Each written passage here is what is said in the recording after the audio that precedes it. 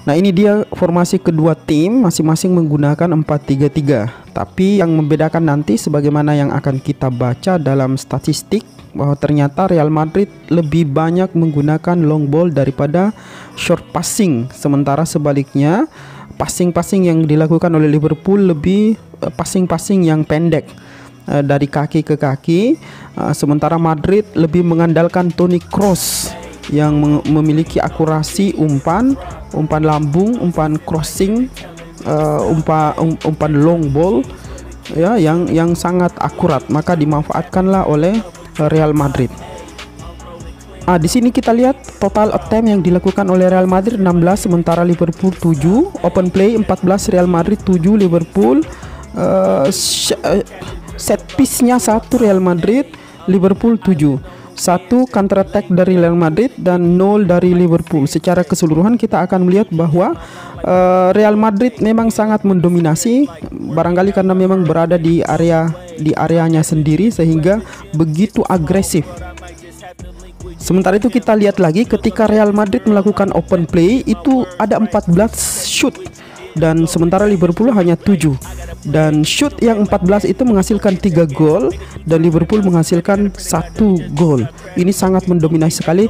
Conversion rate-nya 21% untuk Real Madrid dan 14% untuk Liverpool.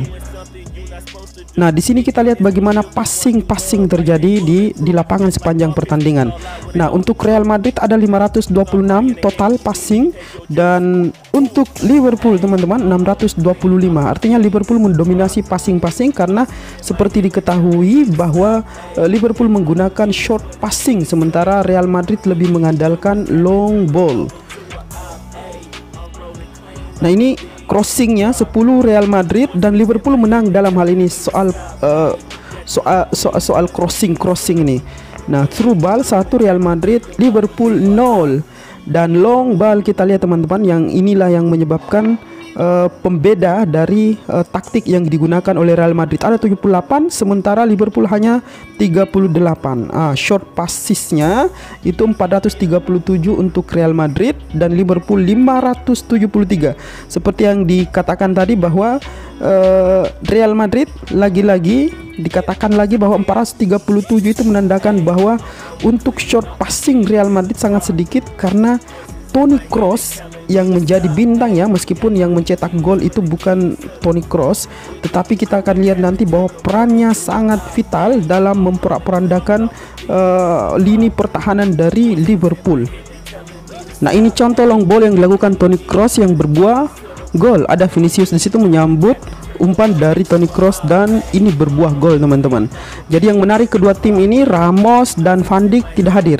Tetapi kita tahu betul bagaimana cara kedua tim mengatasi hal tersebut. Ketidakhadiran Ramos bagi Real Madrid pada kesempatan ini tidak terganggu sama sekali, hampir nyaris tidak terganggu bagian belakang dari pertahanan Real Madrid. Sementara kita lihat ketidakhadiran Van Dijk di semua kompetisi, Liverpool menjadikannya sedikit agak menurun, bahkan sangat menurun sekali.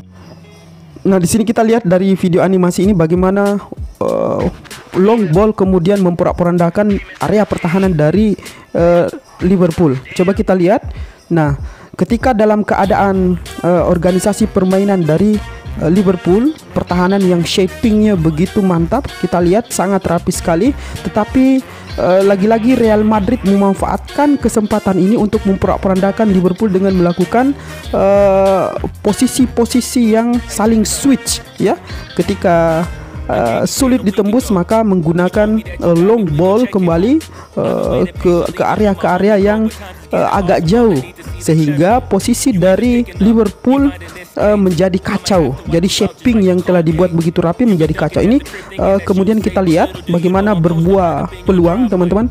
Nah, ini hampir saja gol. Kita lihat sekali lagi Jadi long ball ini kemudian ya dihadang oleh banyak sekali pemain Liverpool, kemudian di sana menjadi kosong. Nah, ini dimanfaatkan kemudian celahnya dan hampir-hampir berbuah gol teman-teman. Nah, kita lihat ketika berkumpul karena pressing yang dilakukan oleh pemain dari Liverpool, kemudian menarik ke area yang lain, ke sisi yang lain.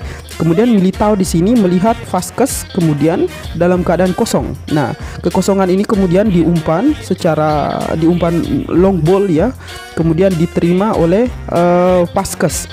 Nah, tetapi Benzema bermain agak melebar sehingga memberi ruang bagi pemain-pemain Real Madrid untuk memberi umpan kepadanya. Nah, ini kita lihat contohnya, di mana umpan lambung untuk melakukan sweet position hampir saja membuahkan gol teman-teman. Jadi untuk memperandakan pertahanannya Liverpool digunakan sweet position. Jadi ketika terjadi sweet position, shaping yang dilakukan oleh Liverpool menjadi sangat-sangat kacau. Nah, kita lihat lagi bagaimana Toni Kroos menjadi motor penggerak dari serangan. Lagi-lagi long ball teman-teman, long ball yang memporak-porandakan Liverpool dari segi pertahanan, meski shapingnya position dibangun oleh Liverpool sangat bagus sekali, tapi lagi-lagi Toni Kroos. Di video animasi berikut ini contohnya ya teman-teman, ya ini dia lagi-lagi Toni Kroos dan memanfaatkan Vazquez yang selalu menarik ke lebar lapangan teman-teman. Nah, jika dalam keadaan ini Asensio bisa mencari ruang kembali untuk melakukan pergerakan-pergerakan yang berbahaya dan berbuah peluang. Kita lihat contohnya. Ini nomor 11 berlari, sayang sekali tadi tidak akurat ya, terlambat teman-teman. Ya, ini dia. Nah, kita lihat lagi. Ini lagi-lagi Toni Kroos ya teman-teman. Kita lihat di situ ada Vinicius yang siap berlari, ada Mendy juga sudah melakukan pergerakan yang berbahaya, meski dijaga oleh Philip, dijaga oleh Arnold, dijaga oleh Kabak dan Robertson ya teman-teman. Tapi ini lagi-lagi kekuatan umpan dari Toni Kroos sangat akurat. Bahkan beberapa komentar mengatakan ada 4 kali umpan kunci bagi Toni Kroos pada pertandingan, sepanjang pertandingan ini. Dan yang paling mencengangkan adalah analisa dari umpan dari Toni Kroos ini mencapai akurasi 100% teman-teman. Nah, ini sangat berbahaya. Dan kita lihat Jota dan Sadio Mane di sini sebetulnya bisa mengcover, tetapi membiarkan begitu saja Toni Kroos leluasa memberikan umpan-umpan ajaibnya ya. Kita lihat nih. Nah, itu yang berbuah gol itu teman-teman. Nah, Toni Kroos lagi teman-teman, umpan lambung ya dilakukan lagi oleh Toni Kroos. Dan kita lihat lagi-lagi Jota meskipun berada dekat dengan Toni Kroos itu tidak bisa mengcover dari pergerakan Toni Kroos, seolah membiarkan begitu saja. Padahal pada pertandingan ini dan sepanjang pertandingan lalu-lalu kita akan melihat bahwa peran dari Toni Kroos untuk mengorganisasi permainan ini sangat bagus sekali. Tetapi pada pertandingan ini dibiarkan begitu saja secara leluasa. Nah, ini kita lihat lagi Toni Kroos dan kita lihat Mendy sudah bersiap untuk berlari. Nah, kalau ingin dianalisa lebih jauh, kesalahan terbesar dari Liverpool pada pertandingan ini adalah memberikan ruang yang begitu besar bagi Toni Kroos untuk leluasa memberikan umpan-umpan yang cantik, yang dikatakan bahwa 100% umpan lambung yang dilakukan oleh Toni Kroos itu mencapai akurasi 100%. Sekali lagi 100%, meskipun analisan yang lain mengatakan sampai 94%, 96%. Nah, ini teman-teman, dan ini berbuah gol. Nah, kita lihat bagaimana pola serangan di sisi kiri 44% untuk Real Madrid ya teman-teman, middle 20%, right side 36%. Ini menunjukkan bahwa Real Madrid bermain pada area-area yang sedikit melebar dengan crossing, umpan-umpan lambung dari Toni Kroos. Ini sangat jelas sekali teman-teman ya.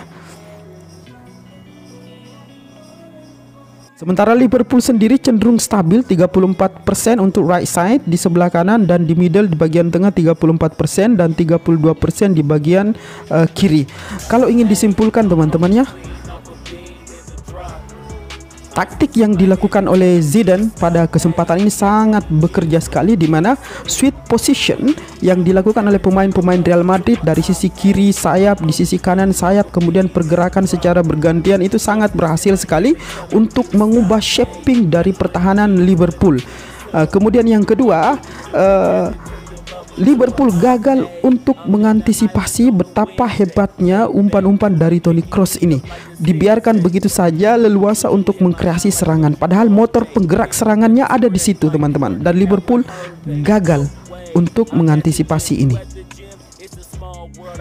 Meski sebetulnya kita tidak bisa mengatakan bahwa Liverpool kemudian gagal untuk membangun serangan, karena terbukti Mohamed Salah kemudian mencetak 1 gol, dan kita berharap nanti leg kedua bagaimana keseruan dari taktik kedua pelatih ini yang ditampilkan di lapangan, karena terbukti Barcelona yang telah menang 3-0 pada leg pertama pada tahun lalu kemudian berhasil untuk membalikkan keadaan menjadi 4-0.